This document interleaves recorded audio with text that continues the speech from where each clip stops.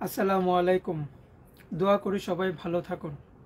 কিন্তু আমরা জানি যারা এই মুহূর্তে আমরা দেশে আছি এবং দেশের বাহিরে আছি, কেউ ভালো নেই, ভালো থাকার সুযোগও নেই।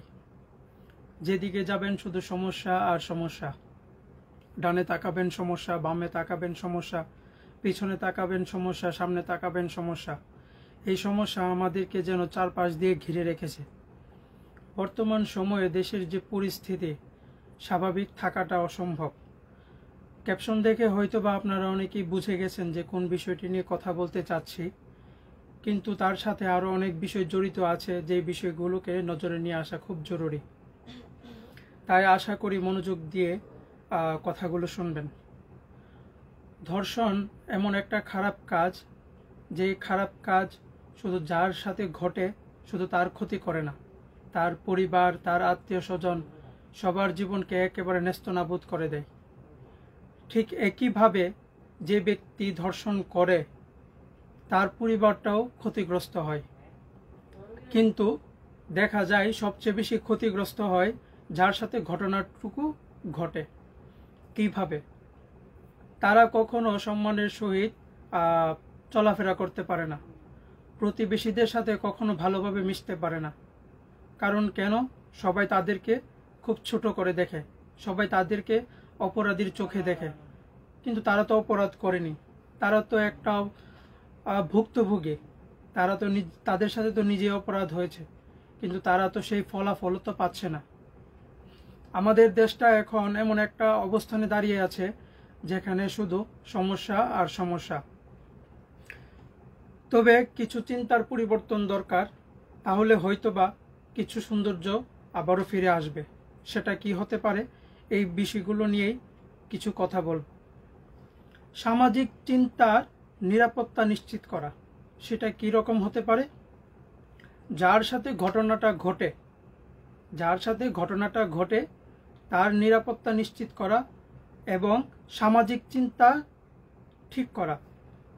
ধরেন একটা মেয়ে ধর্ষণের শিকার হলো, তখন কি হয়? তার পরিবারের সাথে মানুষ খুব বাজেভাবে ব্যবহার করে। একটা মেয়ে একবার ধর্ষণের শিকার হয় এবং তার প্রতিবেশী, তার সমাজ কথার মাধ্যমে তাকে ঠিক একই ঘটনা হাজারবার মনে করায় এবং কথার ছলে তাকে বারবার বোঝাতে চায় যে তোমার সাথে ধর্ষণ হয়েছে, তোমার সাথে অপরাধ হয়েছে। কেন ভাই? তার সাথে তো অপরাধ হয়েছে, এই কথাটা বারবার তাকে কেন খোঁটা দিয়ে শোনাতে হবে? কেন তাকে এমন একটা পরিস্থিতিতে দাঁড় করাতে হবে যে সে বারবার বুঝবে যে তার সাথে অপরাধ হয়েছে?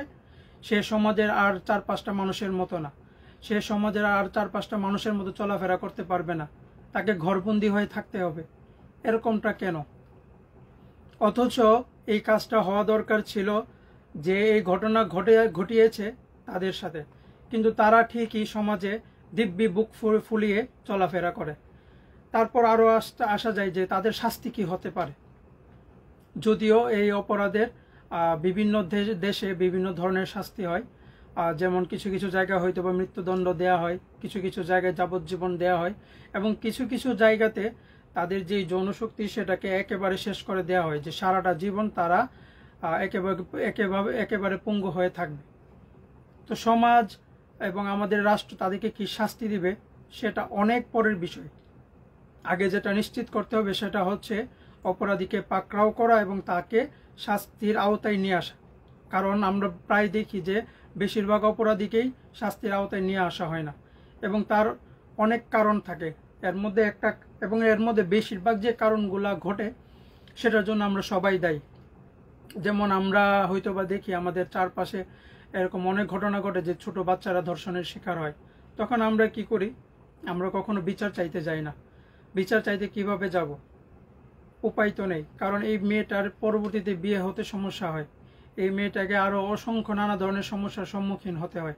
তাই প্রতিটা পরিবার চেষ্টা করে যে ঘটনাগুলোকে ধামাচাপা দিয়ে যেন শেষ করা যায়, এবং এর সুযোগটা অনেক ধরনের মানুষ নেই। তার মধ্যে একটা হচ্ছে ধর্ষণকারী। তারা এই ঘটনা থেকে বাঁচার জন্য তারা টাকা পয়সা দিয়ে এলাকার বিভিন্ন নেতাদেরকে হাত করে এই ঘটনাটা ধামাচাপা দেওয়ার চেষ্টা করে, এবং এলাকার নেতারা খুব দিব্যি কিছু টাকা পায়, এবং সেই টাকার লোভে তারা মেয়ের পরিবারকে এসে বোঝায় যে যেন এই ঘটনাগুলো এখানে শেষ করা হয়। এইভাবে এই ঘটনাগুলা কখনো শেষ হয় না, এবং যারা অপরাধ করে তারা সব সময় অপরাধ করতেই থাকে, তারা কখনো বিচারের আওতায় আসে না। তারপরে আমাদের আরো বুঝতে হবে যে কোথায় থামতে হবে এবং কোথায় আমাদের মুখটা খুলতে হবে।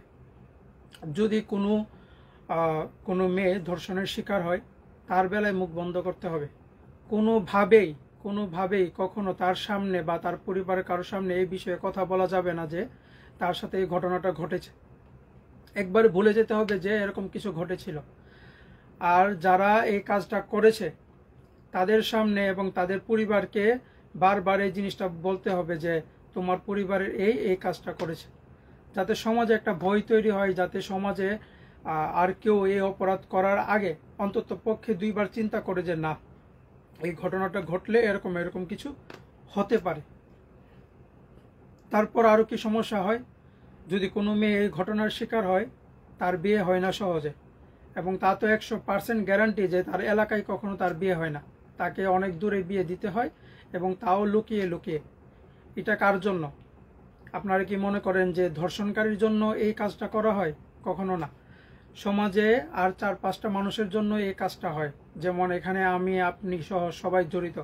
আমরাই তো মনে করেন গীবত করি, আমরাই এই কথাগুলো বারবার আলোচনায় সমালোচনায় নিয়ে আসি, এর জন্য আমরা সবাই দায়ী। তাই এখানে হয়তোবা আমাদেরকে থামতে হবে এবং কোথায় কথা বলতে হবে সেটাও বুঝতে হবে। তারপর এই ঘটনাগুলো যাতে না ঘটে, আমাদের যে ইসলামী আইন আছে সেগুলা সুনিশ্চিত করতে হবে। কারণ আমরা জানি যে ইসলাম হচ্ছে শান্তির ধর্ম, এবং ঠিক অপরাধীর জন্য ইসলাম হচ্ছে সেই সুবিচার এবং ন্যায় বিচার, যা অপরাধীকে কঠোর শাস্তি দেয় এবং যিনি ভুক্তভোগী তাকে অনেক উপকার দেয়। তাই ইসলামী আইন এবং ইসলামিক যে দর্শন সেটাকে সুপ্রতিষ্ঠিত করতে হবে, তাহলে হয়তোবা আমাদের সমাজে ধর্ষণকারীর সংখ্যা কমবে এবং মানুষ নিরাপদ থাকবে। যেমন একটা ঘটনা মনে পড়ছে, হযরত ওমর রাদিয়াল্লাহু তাআলা আনহু বলেছিলেন যে ফুরাত নদীর তীরে যদি একটি কুকুরও পিপাসায় মারা যায়, তাহলে আমি আশঙ্কা করি যে হাসরের মাঠে তার জবাবদিহিতা আমাকে করতে হবে। উনি হচ্ছে সেই নেতা যিনি আমাদেরকে এই শিক্ষাটা দিয়েছে যে যারা নেতা হয় তাদের কাছে শুধু সমাজের মানুষটা না, সমাজের কুকুরটাও গুরুত্বপূর্ণ, এবং সমাজের কুকুরের নিরাপত্তাও সুনিশ্চিত করতে হবে। তাহলে যেখানে আমরা মানুষ, যেখানে আমরা আশরাফুল মাখলুকাত, যেখানে এই শিশুগুলা কোমল প্রাণ শিশু, তাহলে তাদের নিরাপত্তা সুনিশ্চিত করা আমাদের স্থানীয় যে নেতারা আছে তাদের একান্ত দায়িত্ব এবং কর্তব্য। কিন্তু সেসব ক্ষেত্রে দেখা যায় যে তারা তাদের চোখ কান সব বন্ধ রাখে।